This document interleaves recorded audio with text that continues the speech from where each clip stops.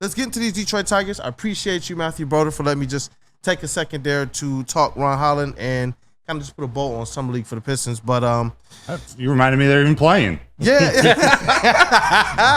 But the Detroit Tigers, man. Like, man, if they would have won, obviously the energy would have been completely big bat energy, but they are 2 games under 500 with the deadline approaching, just making this thing one big happy mess. Oh, yeah. Like, what do you do? What do they do? They're saying, hey, you got the manager who's consistently come out and just kind of spoken his mind for whatever reason more this season than I can ever remember A.J. Hinch doing. Like, I want to buy. I don't even know if that's what the front office is going to do.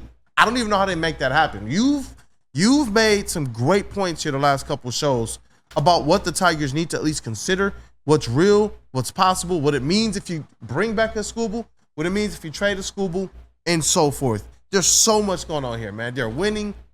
They got to make a decision. Where do we start with these Tigers? Yeah, we start with the future. We start with the timeline that they're building around. That tells us at least a little bit the long-term strategy of Scott Harris's front office and ownership. And again, there are variables in play that we need ownership in the front office to address or to that will dictate how a trade deadline goes. But for the time being and for the future, what's in the organization now is worth being excited about. Max Clark, Kevin McGonigle, they get moved up from low A, from single A to high A to the West Michigan Whitecaps. It's the Detroit Tigers high A affiliate. They did so, and I don't believe they knew they were getting moved up during the game, but in their final game in single A with the Flying Tigers, they both had multi-hit games. Mm-hmm. They both hit a home run, and they took over that game. I believe the team won, but it's an exciting game. They find out right after, hey, hop in your cars, head on up to West Michigan Whitecaps. So this is just the beginning of their transcendence, their upward trajectory through the Tiger system. I expect them to be there for the rest of the season, finish the season with West Michigan. I doubt those two are going to be part of like a September call-up. Oh, there we go. Look at all this aura. Mm-hmm. That's the term the kids use these days, right? Aura. No, this is Max Clark, Tigers' top prospect and the number 10 prospect in all of baseball. And Kevin McGonigle, the Tigers' number 4 prospect, and I believe number 63 in all of baseball. They've both been absolutely raking. Max Clark is the better defender, but Kevin McGonigle, he's been great at shortstop too.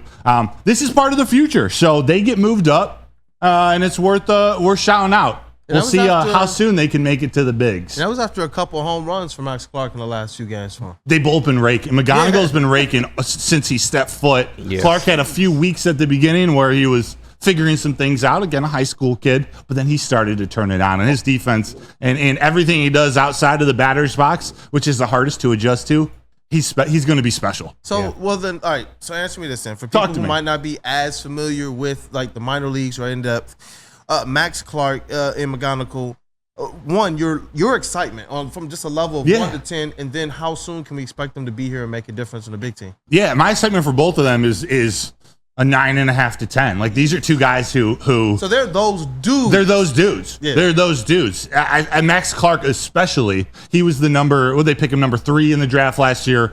He's the future.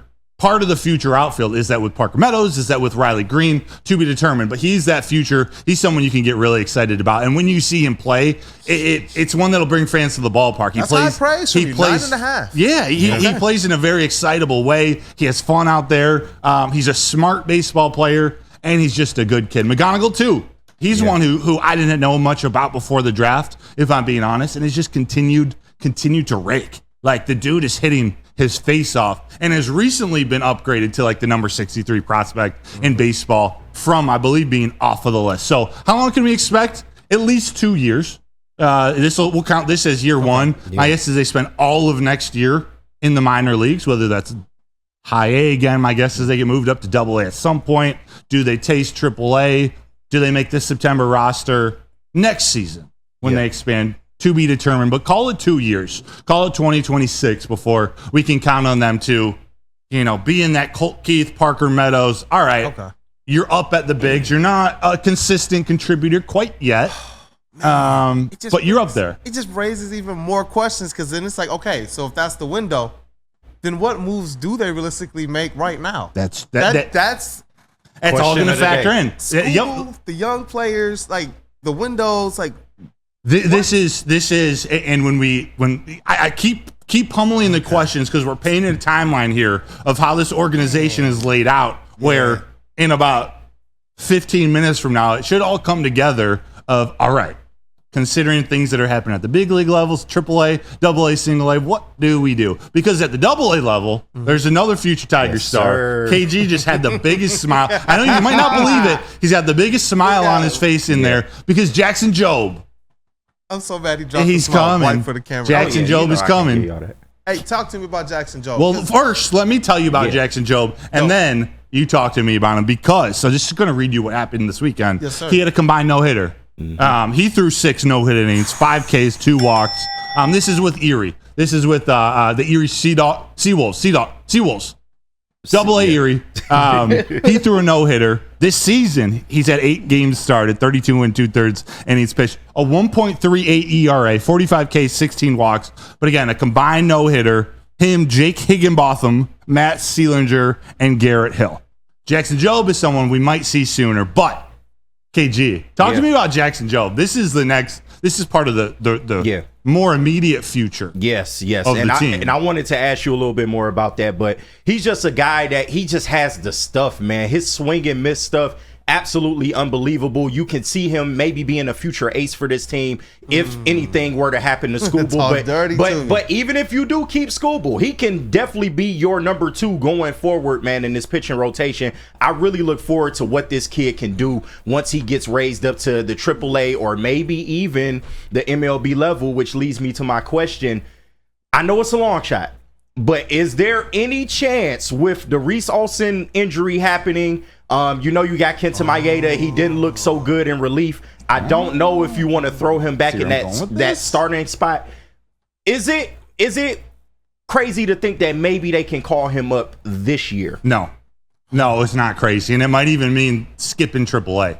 Yeah, straight to the bid. Now it might not happen. Like, I'm not saying it's gonna happen, but they're the outside, the external factors, although internal to the Tigers organization, are in play where they need pitching. Yeah. And we'll see at the deadline. I don't think he comes up before the deadline, like in the next 8 days. Yeah. To be determined if he comes up before September or if he's a September call-up. Rosters expand. I believe it's to 40, and that's where major league teams bring up a lot of their prospects. When is to be determined, but he's their best pitcher. Like in the organization, it looks like yes.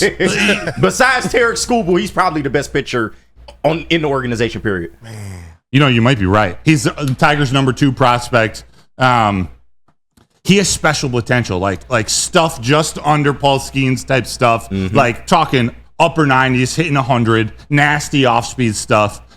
He has battled 2 injuries so far in his professional. He's 21 in his professional career. He's battled 2 pretty serious injuries. Come back, still looks good, and is still part of this future. But he's on an innings limit. He's being watched very closely. The timing may be affected by how many innings he's pitched. Come September, do you call him up? Are the Tigers still in it? And again, we're going to come back to Jobe in about 10 minutes, but he's part of the future. We might see him sooner rather than later. I want to talk. Yeah, I definitely want to talk more about this because this is interesting, man. Let's do it when we come back out. Everybody happy, but Derek G said, "Broder, you are high. It's not happening. They won't rush him at all. It's appropriate. Too. Yeah, no, I say this a long time. What's next up. When did I say they're bringing him up tomorrow? Exactly. I just literally for 5 minutes explained there's a chance. Yeah, maybe it's not realistic. before the deadline. I said it was a long shot. I'm coming at Derek. I get they're taking him cautious. I think this organization is a little less eager to go all in and make moves than us Tigers fans and Tigers Twitter, especially Tigers Twitter. So let's chill a little bit.